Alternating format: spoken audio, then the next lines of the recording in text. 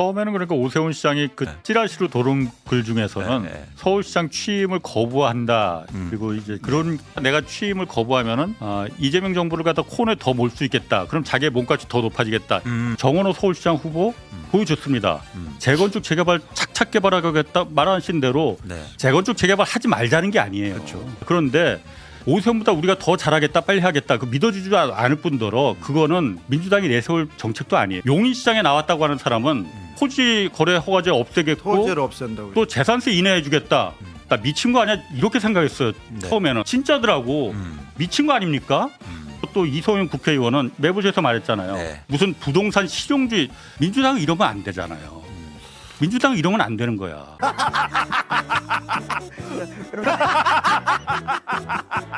투표용지 부족 사태가 좀 커지는 느낌인데요. 저는 일부 시위대에 그칠 것 같았는데 규모도 커지고 시위대 규모뿐만 아니라 범위도 좀 커지는 것 같고. 근데 어쨌든 국민의힘 장동혁 대표가 재선거를 강하게 주장하고 있습니다. 근데 오세훈 시장은 반대한다고 해요. 이 둘의 분란일까요? 싸움의 근본적인 원인은 뭡니까? 처음에는 그러니까 오세훈 시장이 그 찌라시로 도는 글 중에서는 서울시장 취임을 거부한다. 그리고 이제 그런 돌긴 돌았었어요. 나도 그렇듯한데 그렇게도 생각했거든요. 왜냐하면은 오세훈 입장에서는 재선거 만약 한다고 하더라도 이거 될 것 같다. 그리고 만약 이거 자기가 어쨌든 이게 그 여야를 막론하고 다 선거에 문제가 있었다는 점은 다 인식하고 있는 거잖아요. 이러다 보니까는 요거로다가 내가 취임을 거부하면은 이재명 정부를 갖다 코너에 더 몰 수 있겠다. 그럼 자기의 몸값이 더 높아지겠다. 이런 생각을 해서 그런 찌라시가 돈 거 아닌가 했는데 뭐 오세훈 시장이 그런 건 사전 검토한 바 없다고. 그 정도 그러시면 오세훈 괜찮게. 그 훈이가 거기가 한계야 보니까. 그러니까. 그런데 어쨌든 재선거는 사실 현실적으로 이게 국민의힘에도 득이 있겠느냐라는 부분을 한번 좀 따져보면 될 것 같아요. 그래서 그거는 철저하게 장동혁에게야말로 어떤 연명을 위한 그 방어 수단 아니겠느냐. 당대표. 그렇죠.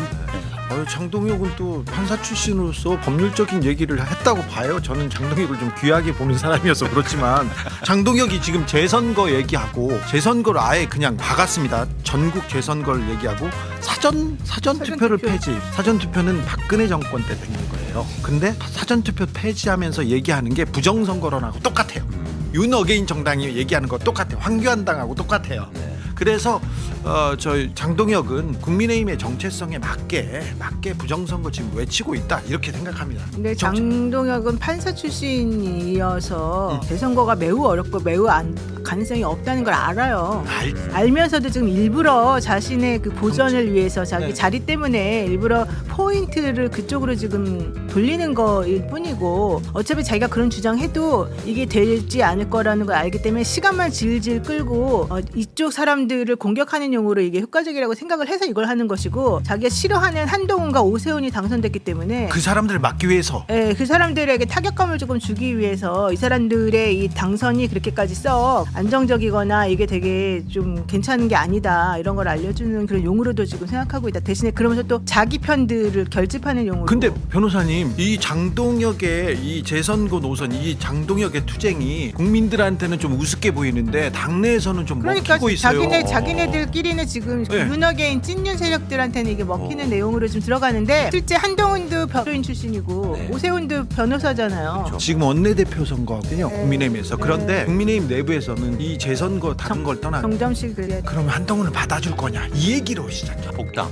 재선거가 아니라 야 그러면 한동훈당 만들어줄래 이 얘기가 먹히고 있는 거예요. 처음에는 그래서 한동훈의 복당을 좀 어느 정도 고려하는 것처럼 김도읍 등등이 성일종 등등이 얘기를 했었어요. 정점식 빼고는. 그랬는데 어제 오늘 분위기가 바뀌어가지고 1년이 그 장동혁 대표의 임기잖아요. 그러니까 내년 7월까지는 어쨌든 장동이 있는 동안에는 안 된다 이런 식으로 지금 얘기를 다 선회를 해버렸고 3명 다 그래요. 한동훈 안 된다. 3명 다. 그렇게 되면 그 얘기는 결국은 장동혁을 미리 조기에 내보내지 않겠다. 장동혁하고 나는 손을 잡았다는 이 얘기밖에 안 되는 거죠. 그렇다니까요. 장동혁이 내부 은근히 힘이 좋다니까. 아니 그 사람 진짜 정치 잘한다니까. 정치력을 보이고 있어요. 정치력을 진짜 잘 보이고 있어요. 사실은 대표되기 전엔 별로 주목받지 못했잖아요. 이 남자가 사는 법이에요. 이 사람은 딱 보면.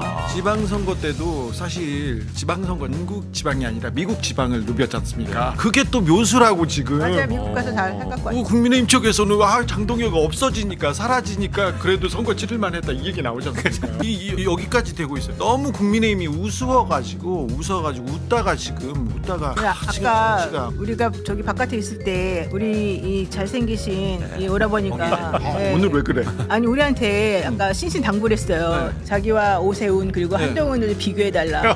아니 인물론으로 그러니까 비교해달라. 오세훈하고 한동훈한테 내가 뭐 갖고 있냐? 나는 키도 크다. 얘기 좀 해달라고 아니, 그랬어. 한동훈하고는 비교가 안 돼요. 한동훈은 훨씬 더 밑이고. 아이 그걸 웃자고 한 얘기고. 아니 제가 같은 아까 한 말은 그러니까 그거야. 우리가 그 선거 전에 그랬잖아요. 그 선거 보나마나 이긴 게임이다. 그거는 기본적인 전제가 우리가 다 무의식 속에 있는 게 국민의힘이 워낙 지리멸렬하니 장동혁 뭐 좀 전략자산이다 이렇게까지 우리가 얘기했었잖아요. 네. 실제로 장동혁 대표가 그때 국민의힘을 망가뜨린 건 맞아요. 그렇기 때문에 저희가 저렇게 지리멸렬하니까 이번 지방선거는 이건 다 이긴 게임이다. 그 이후를 다 생각한 거죠. 그러다가 결과가 어떻게 됐습니까? 그렇죠. 그러니까 사실 저는 지금도 우리가 장동혁 대표가 어떻게 될지 모르겠지만은 야당이 국민의힘이 좀 극우와 보수는 다른 거잖아요. 그렇죠. 제대로란 건전한 보수가 있어야만이 견제가 돼야만이 정부 여당도 정신을 바짝 차리는 거 아니냐. 맞아요. 이번 선거가 그래서 우리가 놓친 거 아니냐. 그 생각이 좀 들더라고요. 그래서 좀 전략 자산이다 이런 얘기 이제 좀 그만했으면 좋겠습니다. 공사원 기자님 아젠다를 오늘 꼭 아젠다는 아니고. 얘기하고 어쨌든 내가 앞부분에도 아까 조금 전 코너에서도 얘기가 뭐 하고 그랬지만은 네네. 그러니까 부동산 문제 어쨌든 이번 선거가 부동산하고 영향이 있느냐 없느냐 여기 많이 그 매부처에 중요하죠. 나가서 한 얘기를 네. 제가 들었고 저 네. 100% 동감합니다.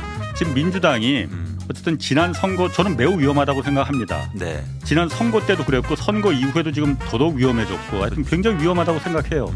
일단 민주당 지지자들의 민심이 싸늘하게 식어가고 있거든요. 우리 편이냐 민주당이 정말로? 나 우리 편인 줄 알았는데 우리 편 아닌 것 같아라는 걸 보여줬잖아요. 네. 선거 과정에서도 보여줬잖아요. 그렇죠. 정원호 서울시장 후보 보여줬습니다. 재건축 재개발 착착 개발하겠다 말하신 대로 네. 재건축 재개발 하지 말자는 게 아니에요. 재건축 재개발 안 할 수가 없지. 공급을 늘리는 거 그 방법이 있습니다. 그런데 오세훈보다 우리가 더 잘하겠다 빨리 하겠다 그 믿어주지도 않을 뿐더러 그거는 민주당이 내세울 정책도 아니에요. 민주당이 내놓는다면은 재건축 재개발해서 남는 여유분이 주택이 생기는 걸 어떻게 활용할 거냐. 네. 지금 기존의 방식은 전부 다 무슨 기부 체납하겠다. 그래서 단지에다 공원이나 지금 하는 한강변의 아파트들 재건축하는 건 전부 다 올림픽대로 덮어서 덮개공원 만들겠다. 이거 한번 반포 1단지도 한 1,100억 들어간다고 해요. 그거는 철저하게 그 아파트 단지 사람들을 위한 거예요. 공공기여가 아니지 않습니까? 네. 그러니까 그 아파트 단지에서도 그거 다 우리 거야. 외부 사람들은 못 들어와 여기 이 생각 그렇죠. 다 하고 있거든요. 그렇죠. 그런 거 말고 민주당이 할 거는 네. 거기서 100채 여유분이 생기면은 50채는 공공기여로 내놔라. 네. 용적률 더 올려주겠다. 정부가 가져서 그 기부 체납분을 주택분을 가져서 임대주택으로 활용하면은 좋은 임대주택을 알맞게끔 서민들 없는 사람들을 위해서 쓸 수 있는 그 정책을 민주당이 나갔어야 되는데 그거 안 하고 그냥 우리가 더 해줄게. 있는 사람들 더 잘 살게 해줄게. 재건축 재개발 더 돈 많이 벌게 해줄게. 이게 먹히냐고요. 뉴욕의 맘다니 시장이 그 소수 이민자 출신의 더군다나 무슬림 출신이 어떻게 뉴욕 시장이 되겠어요. 철저하게 정치라는 건 어쨌든 한쪽에 서야 되잖아요. 누구의 이익을 더 대변해서 우리가 누구의 입장을 생각하는 정책을 낼 거냐. 그렇습니다. 자본과 기득권의 세력의 입장에서 정책을 낼 거냐. 훨씬 더 많은 다수의 약자 편에 설 거냐. 맘다니 시장은 철저하게 다수의 약자 편에 섰잖아요. 네. 지금의 민주당이 기득권과 자본의 세력에 지금 안 서 있다고 말할 수 있습니까? 우리 편인 것 같았는데 우리 편 아닌 것 같아라는 생각이 저조차도 드는데 선거 때 보십시오. 그러니까는 나 정말 황당했던 게 용인시장에 나왔다고 하는 사람은 무슨 토지 막판에 되니까 토지 거래 허가제 없애겠고 토지를 없앤다고. 또 재산세 인하해주겠다. 나 미친 거 아니야? 이렇게 생각했어요. 처음에는. 네. 또 가짜 누가 저거 페이크로다가 올린 것 같다 했는데 진짜더라고. 미친 거 아닙니까? 그러더니 그 다음에 선거 끝나고 나서 또 이소영 국회의원은 매부쇼에서 말했잖아요. 네. 무슨 부동산 실용주의 저 말이 뭘 의미하는지는 정확히 안 써놨지만은 평소에 그 철학으로 봤을 때 저게 뭘 의미하는지 저는 이해할 것 같아요. 네. 지금 그거 말할 때냐는 거죠. 그게 정말 우리가 민주당이 이러면 안 되잖아요. 민주당은 이러면 안 되는 거야. 저 선거 훨씬 전에 네. 이 아젠다를 던진다면서 홍사훈 선배께서 계속해서 청년들이 계속 주택에서 소외되고 있기 때문에 공공주택, 임대주택, 특별히 용산 같은 좋은 땅에 청년들을 위한 주택을 지어줘야 된다. 그 얘기를 계속했는데 네. 그 얘기에 대해서 시장이 반응하더라고요. 건설업을 하시는 분들이 주택 사업을 하는 사람들이 네. 좋은 생각이라는 겁니다. 그리고 이게 지금 그 국민들한테 시민들한테 그리고 청년한테 미칠 영향 그리고 부동산 시장에도 긍정적인 영향을 미칠 거라고 얘기해요. 그 건설사 사주들이 네. 그걸 보면 이게 민주당이 가야 할 길이 명확하구나 이렇게 생각했었는데 이 부분에 대해서 전혀 제가 임대주택을 네. 지금 우리 국민들은 임대주택 하면은 머리에 콕 박혀 있어요. 저거는 정말 극빈층이나 들어가는 아주 살지 못할 때 이런 거라고 탁 박혀 있잖아요. 그런 임대주택을 말하는 거 아니에요. 우리가 유럽이나 미국의 임대주택 그런 임대주택 아닙니다. 용산 한가운데 예를 들어서 지금 정비창 같은데 레미안 푸르지오 같은 그런 임대주택 짓자는 거예요. 그 정도의 그 임대료를 지불하고 그러면 대안이 생기는 거잖아요. 여태까지 우리나라의 재건축 재개발은 말은 형식은 주택 공급을 늘리는 방안이 이거밖에 없지 않느냐 하는데 실질적으로 현실적으로는 집값을 올리는 기폭제 신호탄이 되어 왔습니다. 현실이 그래요. 민간에 맡기다 보면은 어떤 단위는 막 사업 규모가 1조 원이 넘잖아요. 조 단위잖아요. 조 단위를 갖다 완전히 민간의 공공은 정부로 뒤에 빠져 있고 민간에 완전히 이걸 갖다 맡기는 이런 나라가 어디 있습니까? 민간에 맡기다 보면은 최대한 바가지를 씌워서 분양가를 올리는 게 그 사람들의 목적이에요. 그걸 탓할 수도 없는 거예요. 왜 그렇게 놔두냐 이거지. 용적률이라는 정말 돈 주고 사지도 못할 어마어마한 큰 혜택을 갖다 공짜로 넘겨주면서 물론 공짜 아니라고 해. 기부 체납하니까 기부 체납을 주택으로 받으라는 거예요 정부가. 무슨 단지 내 공원이나 무슨 유치원 이런 거 지을 생각 하지 말고 그거는 정부가 차라리 지어주겠다.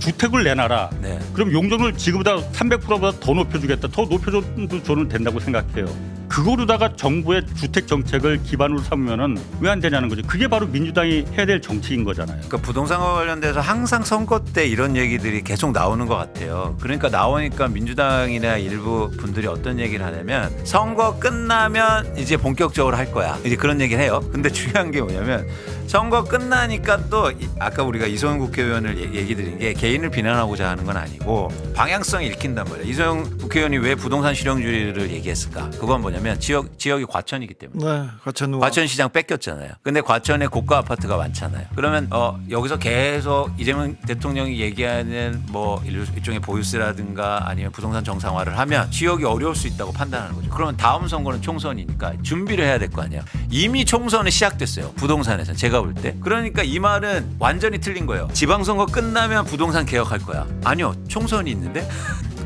또 발전이 안 되는 거예요. 그러면 총선 끝나면 그때 할게요. 아니요. 대선이 있는데 과연 이건 언제 할까? 이 과정을 지금 민주당이 보여주는 겁니다. 그러니까 그게 제가 말하고 싶은 거는 이번에 무슨 2030 청년 세대들이 무슨 뭐 보수화되고 이런 거 말하기 전에 그 사람들이 민주당이 우리 편인 줄 알았는데 맞아요. 보니까 우리 편이 아니더라는 거야. 내놓는 걸 보니까 그 배신감 저조차도 흔들리는데 그 사람들이 민주당에 대해서 우리 편이라고 생각을 하겠냐는 거지. 그렇죠. 이게 집토끼도 놓치고 산토끼도 놓친 거예요.